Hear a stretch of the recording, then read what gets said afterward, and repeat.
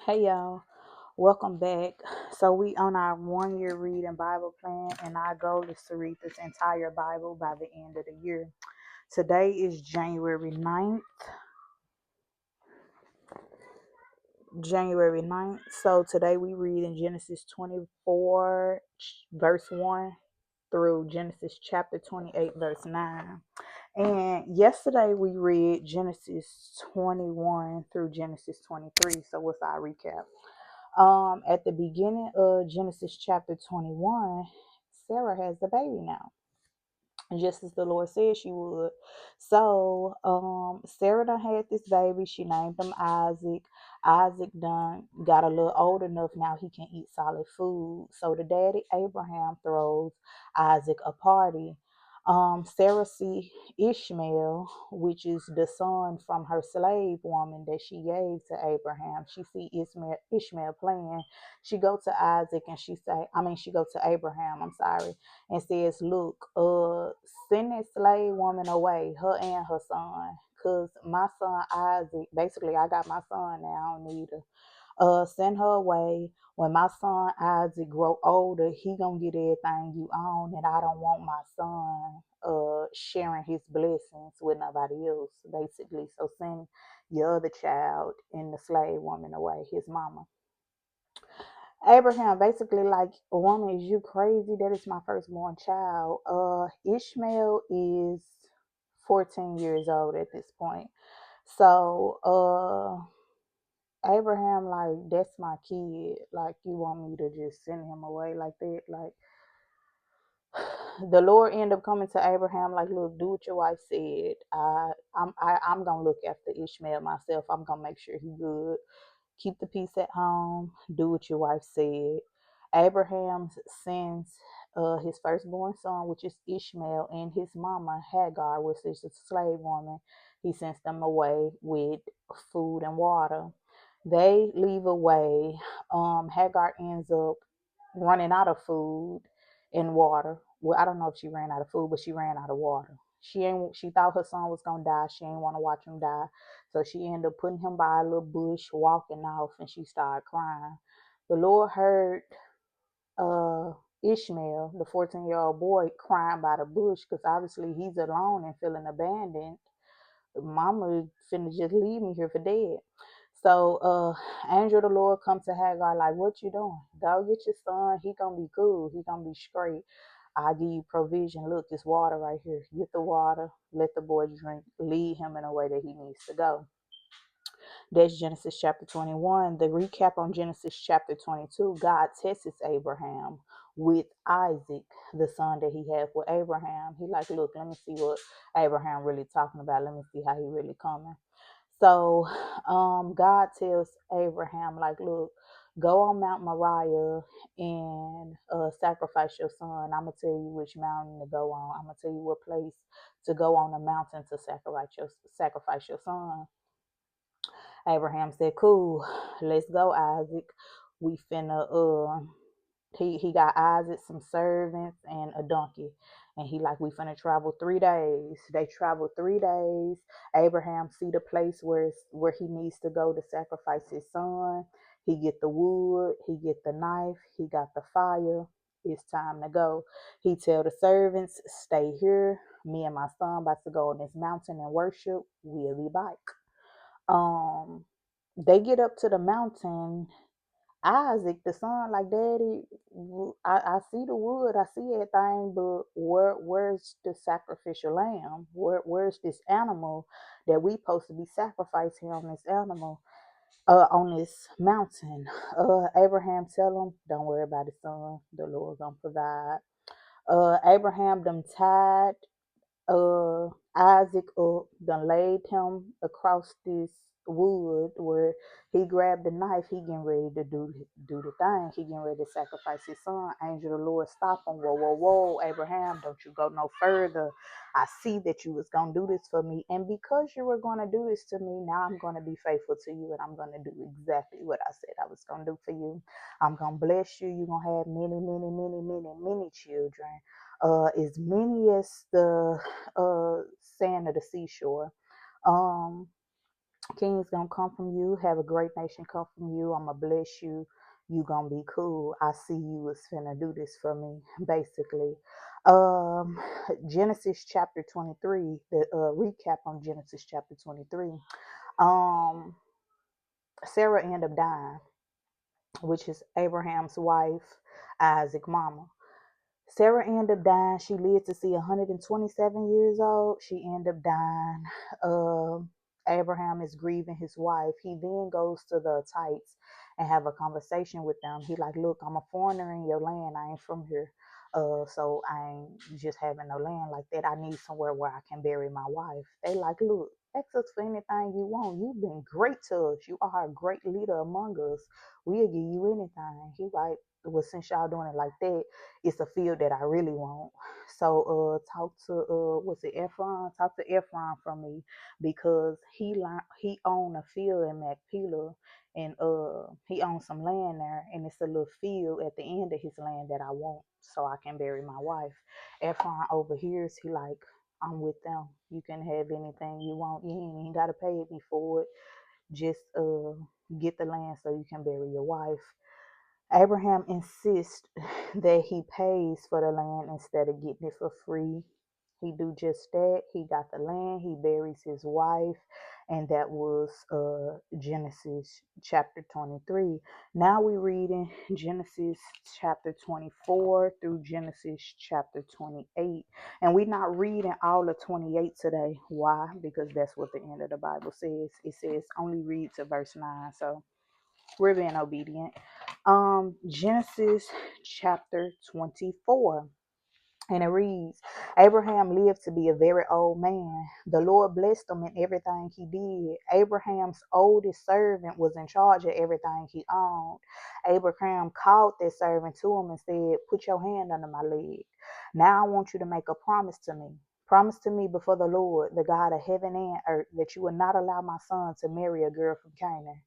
We live among these people, but don't let him marry a Canaanite girl.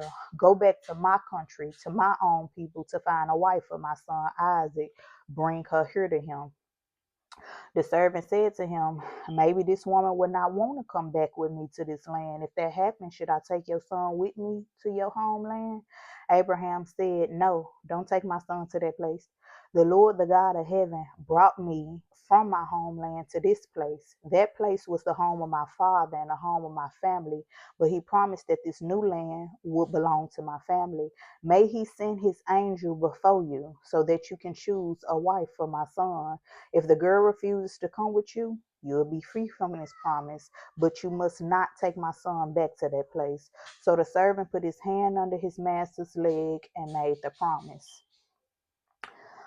Verse 10, the servant took 10 of Abraham's camels and left that place. The servant carried with him many different kind of beautiful gifts. He went to Mesopotamia, to Nahor's city. Nahor is Abraham's brother. So he went to the city where his owner, where his boss brother lived, basically. In the evening when a woman come, in the evening when the women come out to get water, he went to the water well outside the city. He made the camels kneel down at the well. The servant said, Lord, you are the God of my master Abraham. Please show your kindness to my master by helping me find a wife for his son Isaac. Here I am standing by this well of water, and the young women from the city are coming to get water. I say to one of them, please put your jar down so that I can drink. Let her answer show whether she is the one you have chosen for your servant Isaac. If she says, drink, and I will also give water to your camels, I will know that she is the right one. It'll be proof that you have shown kindness to my master. Pause. So now the servant is praying to the Lord. He like, Lord, basically, don't let me be on no blank mission. I see all these women coming out to these wells to get some water. Lord, just let me know. He basically making an agreement with God, praying to God, like, show me, this will be the sign between me and you. This is the sign that'll show that this the girl that Isaac is gonna take to be his wife. Verse 15. Before the servant finished praying, a young woman named Rebecca came to the well. She was the daughter of Bethuel. Bethuel was the son of Milcah and Nahor, Abraham's brother. Rebecca came to the well with her water jar on her shoulder. She was very pretty. She was a virgin. No man had ever had sexual relations with her. She went down to the well and filled her jar. Then the servant ran to her and said, "Please give me a little water to drink from your jar." Rebecca quickly lowered the jar from her shoulder and gave him a drink. She said, "Drink this, sir." As soon as she finished giving him something to drink, Rebecca said, "I also poured some water for your camels." So Rebecca quickly poured all the water from her jar into the drinking trough for the camels. Then she ran to the well to get more water, and she gave water to all the camels. Pause. Rebecca has a servant heart, and I love it. Okay, so Rebecca is serving a servant. The servant that's going to look for Rebecca to be Isaac's wife is Abraham's servant. A servant is basically a slave. He the leader of the slave, but he's a slave. Rebecca didn't look down on him like, "What you need water for me?" Rebecca didn't ask no questions. He like, "Look, can I get some water?" She quickly take this water, drink this, and I get you some for your camel. So women, sometimes being nasty, being ugly to people can hinder you from that man that you from your husband. It can hinder you. It can show signs that you're not the one. You're not ready for the job. You're not ready for that stage of life. So Rebecca got this servant heart, and she not looking down on this man, because if it was Abraham, we can see if it was Abraham a rich man, so everybody gonna be bowing at his command. But the fact that you're serving a servant, yeah, it speaks volumes. And I love that for Rebecca. Verse 21, the servant quietly watched her. So now he watching. He like, let me make sure she the one. He wanted to be sure that the Lord had given him an answer and had made his trip successful. After the camels finished drinking, he gave Rebecca a gold ring that weighed 1/4 of an ounce. He also gave her 2 gold arm bracelets that weighed 2 ounces each. The servant asked, "Who is your father? And is there a place in your father's house for me and my men to sleep?" Rebecca answered, "My father is Bethuel, the son of Milcah and Nahor." Then she said, "Yes, we have straw and other food for your camels and a place for you to sleep." The servant bowed and worshiped the Lord, because thank you, Jesus, this was not hard at all. He said, "Praise be to the Lord, the God of my master Abraham. The Lord has been kind and loyal to him by leading me to his own people." Then Rebecca ran and told her family about all these things. I bet she did. Like, look at my ring, look at my bracelets, y'all. Verse 29, she had a brother named Laban. She told him what the man had said to her. Laban was listening to her, and when he saw the ring and the bracelets on his sister's arm, he ran out to the well. He like, oh, okay. There the man was, standing by the camels at the well. Laban said, "Sir, you welcome to come in. You don't have to stand outside here. I've prepared a room for you to sleep in and a place for your camels." So Abraham's servant went into the house. Laban unloaded his camels and gave them straw and feed. Then he gave Abraham's servant water so that he and the men with him could wash their feet. Pause. So I was wondering, because I read that a lot, like, why in the Old Testament? Now I know the reason why Jesus did in the New Testament, but I'm like, in the Old Testament, why was they washing people's feet? Because we just heard that Abraham did the same thing, Lot did the same thing when the visitors came. So I'm like, what's this whole washing of the feet is about? So when they gave them back then, during that time, giving them water and washing their feet was like cultural hospitality. Because they traveled through dusty roads with sandals on, they would get them water, or they would either wash their feet to show hospitality. So that's what the washing of the feet is about. Verse 33, Laban then gave them food to eat, but the servant refused to eat. He said, "I will not eat until I have told you while I came." why I came. So Laban said, then tell us. The servant said, I'm Abraham's servant. The Lord has greatly blessed my master in everything. My master has become a great man. The Lord has given him many flocks of sheep and herds of cattle. He has much silver and gold and many servants. He has many camels and donkeys. Sarah was my master's wife. When she was very old, she gave birth to a son, and my master is giving everything he owns to that son. My master forced me to make a promise to him. He said to me, you must not allow my son to marry a girl from Canaan. We live among these people, but I don't want him to marry one of the Canaanite girls. So you must promise to go to my father's country. Go to my family and choose a wife for my son. I said to my master, maybe the woman will not come back to this place with me. But my master said to me, I serve the Lord. Abraham know who he served. He said, and he will send his angel with you and help you. You will find a wife for my son among my people there. I know that's right, Abraham. You knew what was going on. Verse 41, but if you go to my father's country and they refuse to give you a wife for my son, you will be free from this promise. Verse 42, the servant say, today I came to this well and said, Lord, God of my master Abraham, please make my trip successful. I stand by this well and wait for a young woman to come get water. Then I say, please give me water from your jar to drink. The right woman, heavy on the right woman, the right woman will answer in a special way. She'll say, drink this water, and I also get water for my camels. That way I will know that she is the one the Lord has chosen for my master's son. Before I finished praying, Rebecca came out of the well to get water. She had her water jar on her shoulder as she went to get water from the well. I asked her to give me some water. She quickly lowered the jar from her shoulder and poured me some water. Then she said, drink this and I'll get some water for your camels. So I drank the water and she gave water to my camels. Then I asked her, who is your father? She answered, my father is Bethuel, the son of Milcah and Nahor. Then I gave her the ring and the bracelets for her arms. I bowed my head and worshiped the Lord. I praised the Lord, the God of my master Abraham. I thanked him for leading me straight to the granddaughter of my master's brother. Now tell me, will you help me? Tell me, will you be kind and loyal to my master and give him your daughter?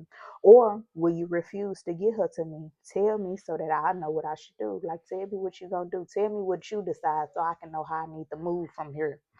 Verse 50, then Laban and Bethuel answered. So Laban is Rebecca's brother. Bethuel is her daddy. So the brother and the daddy answered, we see that this is from the Lord, so there is nothing we can say to change it. Here is Rebecca, take her and go. Let her marry your master's son. This is what the Lord wants. Verse 52, when Abraham's servant heard this, he bowed to the ground before the Lord. Then he gave Rebekah the gifts he brought. He gave her beautiful clothes and gold and silver jewelry. He also gave expensive gifts to her mother and brother. Then he and his men had something to eat and drink, and they spent the night there. Early the next morning, they got up, and the servant said, now we must go back to my master. Pause. So they done upgraded Rebecca right there. Rebecca life just done clean upgraded. Verse 55, Rebecca's mother and her brother said, let Rebecca stay with us for a short time. Let her stay with us 10 days. After that, she can go. But the servant said to them, don't make me wait. The Lord has made my trip successful. Now let me go back to my master. I can imagine him being anxious. Like, I want to show my master that the Lord really did come through just as you said he would. Verse 57, Rebecca's brother and mother said, we'll call Rebecca and ask her what she want to do. They called her and asked her, do you want to go with this man now? Rebecca said, yeah, I'll go. 59, verse 59. So they allowed Rebecca to go with Abraham's servant and his men. Her nurse was also went with them. While Rebecca was leaving, they said to her, our sister, may you be the mother of millions of people, and may your descendants defeat their enemies and take their cities. Then Rebecca and her nurse got on the camels and followed the servant and his men. So the servant took Rebecca and left. So that's the scene where Rebecca is. Let's go to the scene to where Isaac, her husband, finna be. Verse 62. Isaac had left Beer Laharoy and was now living in the Negev.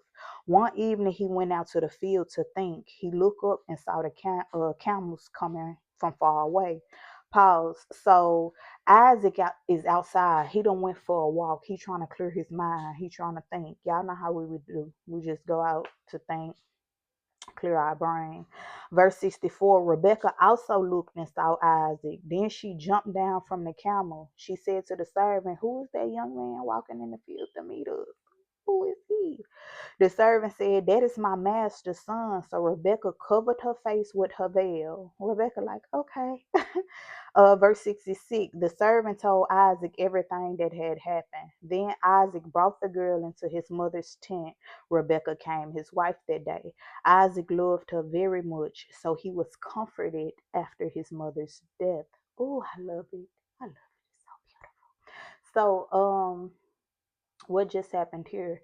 So Isaac, the servant, basically just told Isaac everything from the time your daddy made me put my hand up under his leg and told me this promise, to my journey to go to the country where your daddy really from, to go and pick this wife. Now he go your wife, basically. She was a virgin, mind you. Isaac take her into the tent, make her wife. That means Isaac broke the